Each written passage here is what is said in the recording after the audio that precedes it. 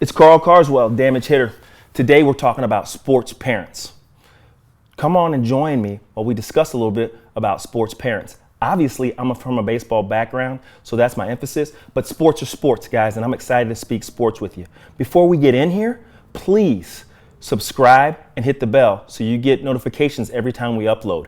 I'm having a great time uploading every Monday and Friday, and I look forward to you guys joining me.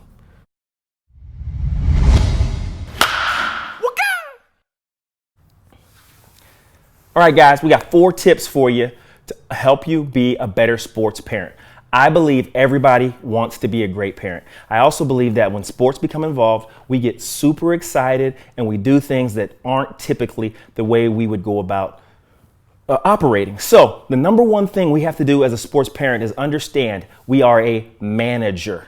All right, we are in charge of managing our children's value systems. We're in charge of managing how they think, how they develop, and how they grow. That's our most important job. So what happens to us sometimes in sports is we decide that the game is more important than the value system that we're helping to instill. So we got to understand we are managing children's value systems. And when we're doing that, what we have to do is we have to identify the values we want to use sports to get out of, to get from them, right? So like you may have your son or daughter in youth groups or church groups, and you want to get a certain value system from that. You may have them in art and you want to get a certain attack on their value system from that. You may have them in football or wrestling or violin or baseball, and you want to get something specific out of that. I'm not saying all of the things you want to get for your child's value system come from one specific place.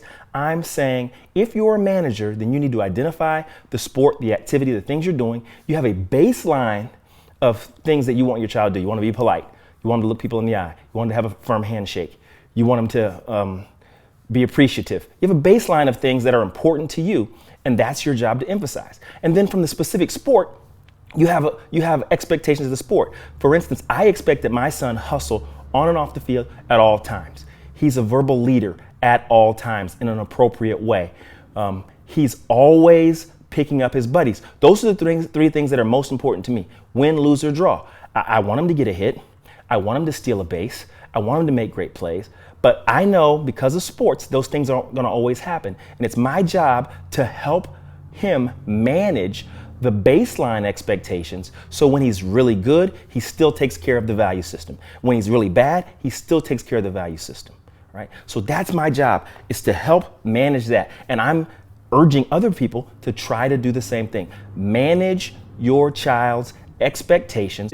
And the second thing, I just said it, is the expectation. You know that you're managing these things. Now you set an expectation. I want you to hustle. I want you to back up bases. And I want you to positively communicate verbally with all of your teammates all the time. That's what I'm looking for. Oh, you struck out. I still expect these 3 things. Oh, you hit a double. We still expect these 3 things. These are the things that make you a great human being. For 20 years, I've scouted and I've told all of my players, I've also coached at a fairly high level, told all my players, listen, you're going to play in the big leagues for one reason only. And it's not because you're a superstar. It's because when you're terrible, people on the bench still want to be around you. You do a great job of communicating, of being a good person, being a good teammate, and they still want to be around you. So we manage their value system and we create an expectation that lets them understand that no matter what's going on around you, you still have to maintain a solid level of commitment within your value system. And then the third thing we can do for them, we manage them, we set expectations. The third thing we can do for them is we can help them focus on those things. So on the way to and from games, you can talk about values, you can talk about expectations, you can talk about nothing. But at the dinner table, you should be talking about the value system. You should be talking about how they implemented it really well in the last game, how they've been doing a great job with it at the classroom, how they continue to do a good job when you see them in public, and you urge them to do a great job with it in the games. Keep giving them the focus of what your expectations are. Try to stay away from focusing on how many doubles they hit or didn't hit, what their batting average is or isn't, how many goals they scored or didn't, and try to stick with creating a value system that they can understand and focus on. And then the last thing you do with them, after you manage, after you set the expectation, after you give them a focus, is you remain consistent. You consistently give them the message about their value systems, about how they're doing with their value system, and about how they can continue to do a great job with it. And if we can tie those 4 things together, guys, sky's the limit for what kind of ball players we can produce, because the first thing we've done is we've produced great individuals, great people, and that's our job as parents. We're here to manage our children, to help them become great individuals that give back to our great society.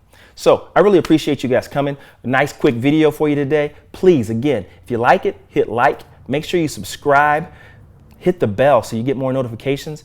And remember, it's a damage hitter, baby. When in doubt, hit it out.